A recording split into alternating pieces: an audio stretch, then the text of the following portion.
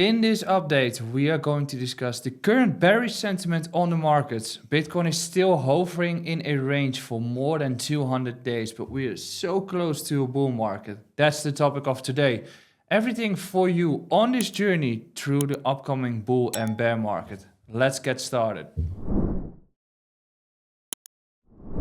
The market sentiment is super bearish and super bad. If you go to social media, KOLs are a drama queen and projects are still hovering around the lows. Every time when there's a slight bump up, altcoins are giving it all back.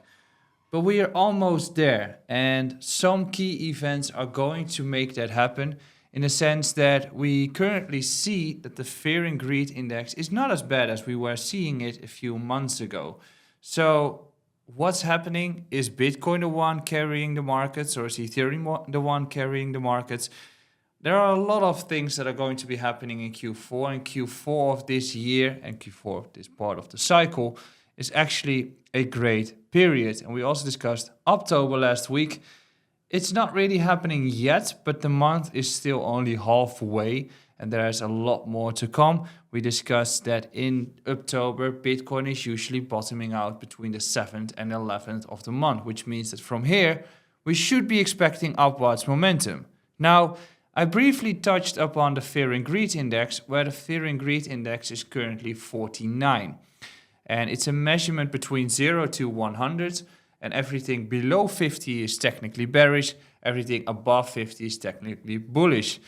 At this point, it's neutral, but that is very comparable to the price action of Bitcoin, as Bitcoin is hovering around 62 to 66k, which is not as special as it should be. But if you should be doing a fear and greed index on the altcoins, I suspect you would be getting a number around 20 to 30, which technically means that the current altcoin valuations are the lowest that we have seen. And we can see that in the chart that I've got next to me, which is Ethereum priced in Bitcoin. And it's by far the worst chart I've seen in the past few years. I've seen some worse ones, but when we talk about the top 10, ETH against Bitcoin is super bad. It is continuing to have a downwards momentum more and more, while fundamentally Ethereum is getting better with lower fees, with restaking, with DeFi expanding in the current period. So it's just a matter of time before it starts to wake up. However, given that Ethereum is trending down and making cycle lows, altcoins are just following suit, and we need to wait until that is going to reverse, which likely is going to be happening when Bitcoin breaks through crucial levels.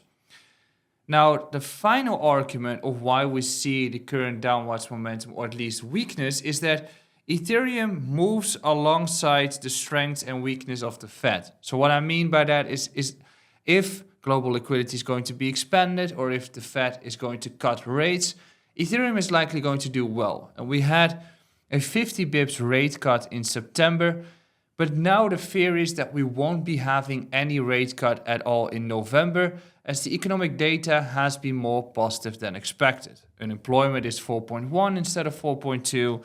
The labor markets are expanding again. Real economy is actually doing better than expected.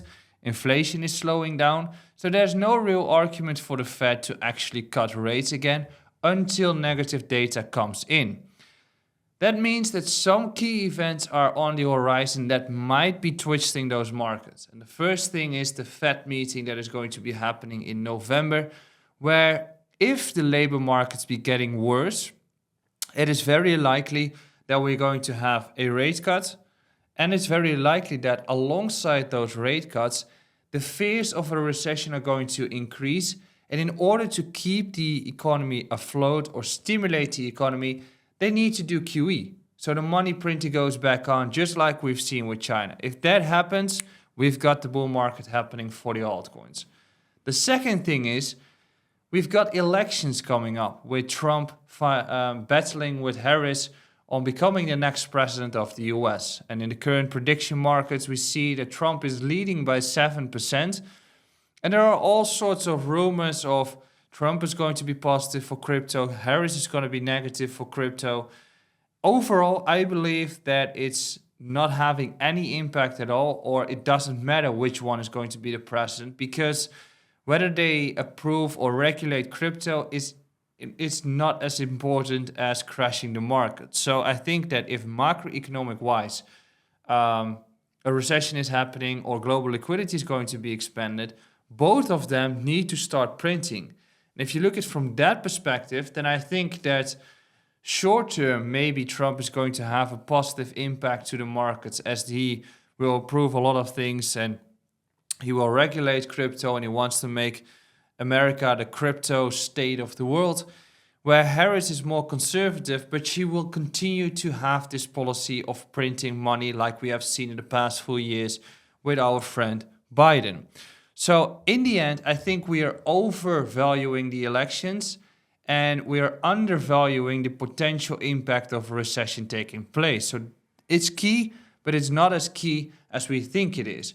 What is key is the fact that FTX repayments are starting in this month or within the next 55 days or so, where the judge have approved the payouts taking place to all the clients or the creditors of FTX. And most of them are receiving it in USD, are crypto native, so the likelihood of money getting back into the markets is going to be significant. So all in all, a lot of key events, positive key events, but also if the economy stays strong enough, there's no need for rate cuts. And then we probably are going to continue acting in this range, which I think we're not going to be having as we're going to be looking at the charts. Bitcoin is acting in a range for more than 200 days. And in between, basically nothing has changed as altcoins are still on the exact same price levels. The only thing that has changed is I'm turning gray. And that's maybe because I'm completely bored, but that is what the markets are. But it's about to change. And when we're looking at the charts, we can see that Bitcoin is acting within that range for more than 200 days. And you know that the longer something stays into a range, the heavier the breakout will be. And if you want to look at price action where we have been seeing this happening, then there are a few examples that we go back to in time. For instance, we had the period in 2020 where we were hovering between, well, let's say 8 to 12K from April all the way towards October. And then we had the breakout into the bull cycle. But if you go back in time in 2015, 2016, price action has been stalling within the range from November 2015 all the way towards May 2016. And you can see that the breakout was super explosive. So if we look at the current price action, we can see that we're making lower highs, lower lows. In technical terms, that would mean that we are in a downtrend, which might have reversed here as we have been making a higher high, through which we are currently looking at a higher low. And once that happens, it is very likely to expect that we break out in a super fast manner, where all of a sudden, within 2 to 3 weeks, we get towards the price level of 90K or around that area. And there are a few important charts that you need to realize that we're getting into that stage, which I'll be discussing in a little bit. But first, this is the total chart of altcoins and crypto together, where you can see that we are technically doing the exact same as in the previous cycle. So yes, Bitcoin has made a new all-time high. If we correct that for inflation, we didn't make any new all-time high. The only reason why we got higher is because we got new liquidity being added through the ETF. Otherwise, probably Bitcoin would have been around 50K at this point. The total market cap didn't make any new all-time high, which is comparable to the previous cycles. But what we do see is that we've had a pretty normal retest of a support level, consolidating, also hovering within the range for 200 days. And once we break through 2.5 trillion, that's where the real party starts to take place to take it off towards 10 to 15 trillion in this cycle, perhaps even higher. The altcoin market cap, which is the total tree chart, kind of shows the same as the total market cap, despite the fact that this one is still down 50% from the all-time high. So yes, Bitcoin has been making a new all-time high, but altcoins are lagging behind substantially, and they only need one breakout before it can start taking off substantially. What is that? it is this level at 660 billion. If that breaks, that's the moment where the altcoins are going to shoot off. And multiple arguments are possible for that, which is, as I just discussed, QE, global liquidity, the elections, or even Eigenlayer taking more liquidity towards Ethereum. Now, reverting back towards where are we in the cycle? And I think a few crucial things you need to realize when it comes to the price action of Bitcoin.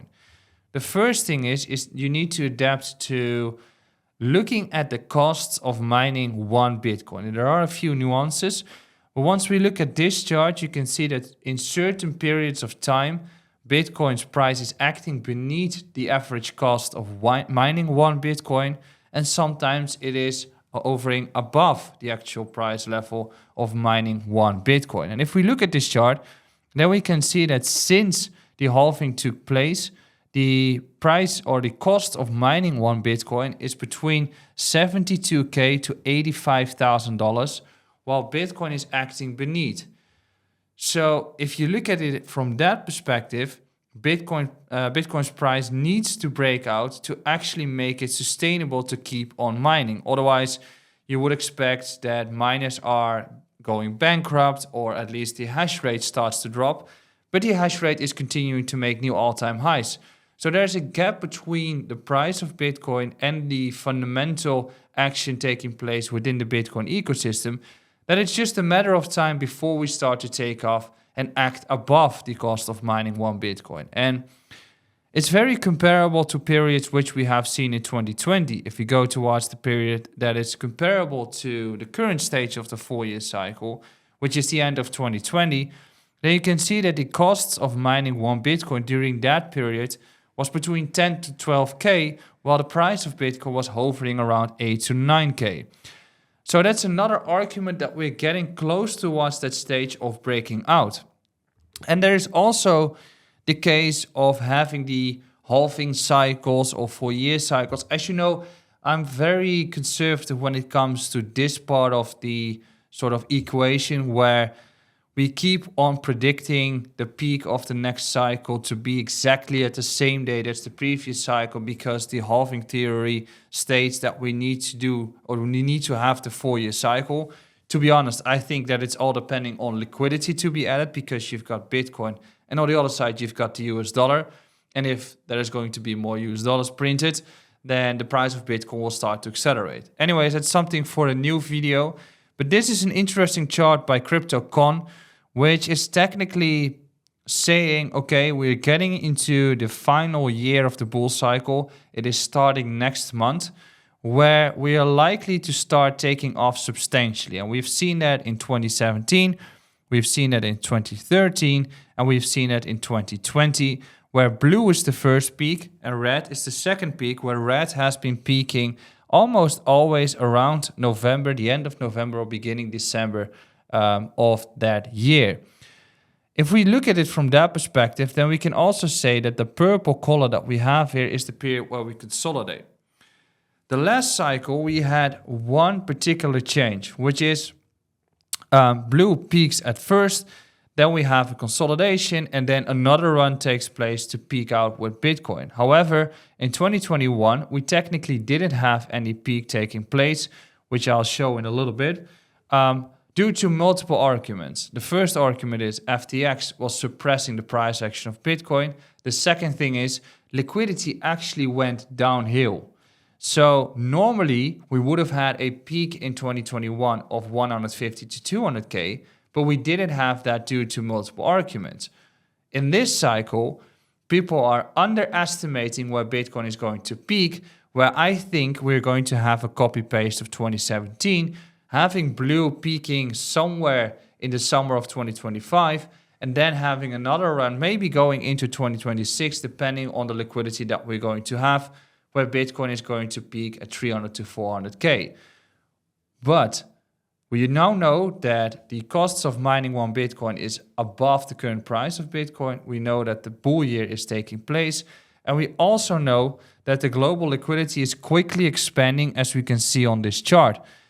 China has increased the amount of money in the economy by $1 trillion of their own currency, where we see that in comparison to Bitcoin's price action, we've had a peak taking place in 2014 at this run.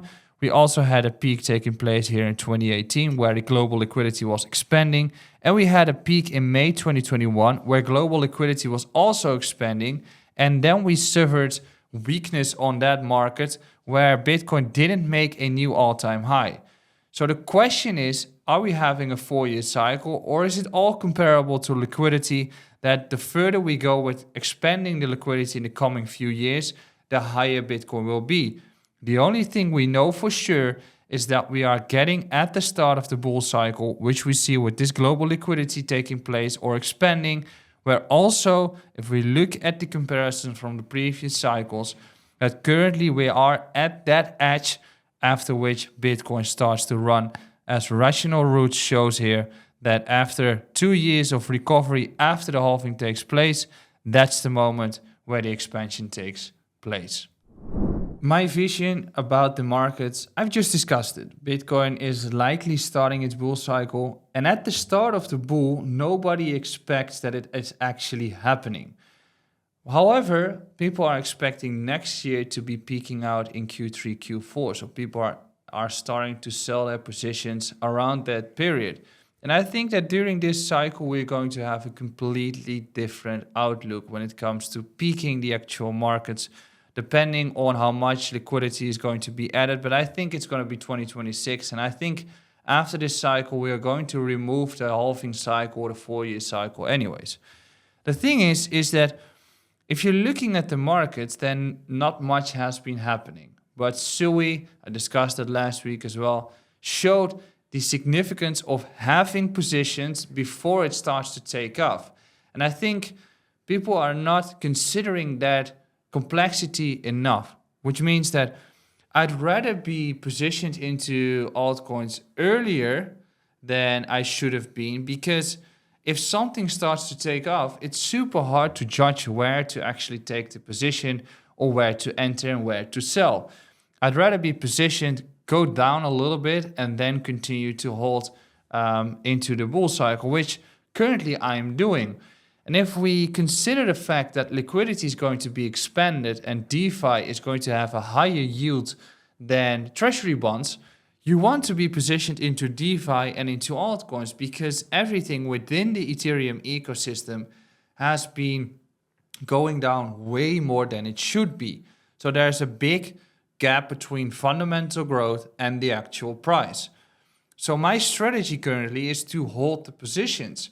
My extra strategy would be to start trading Bitcoin on those bounces within this range, but also if a trend starts to take place, to make more Bitcoin, to accumulate more altcoins. And I think every dip that takes place for Bitcoin at this point is a must-buy position or a must-buy to get into the markets or be exposed even more towards the markets, where I think that at this point in the cycle, people are predicting 45K, which is almost impossible to see when we know the average mining costs.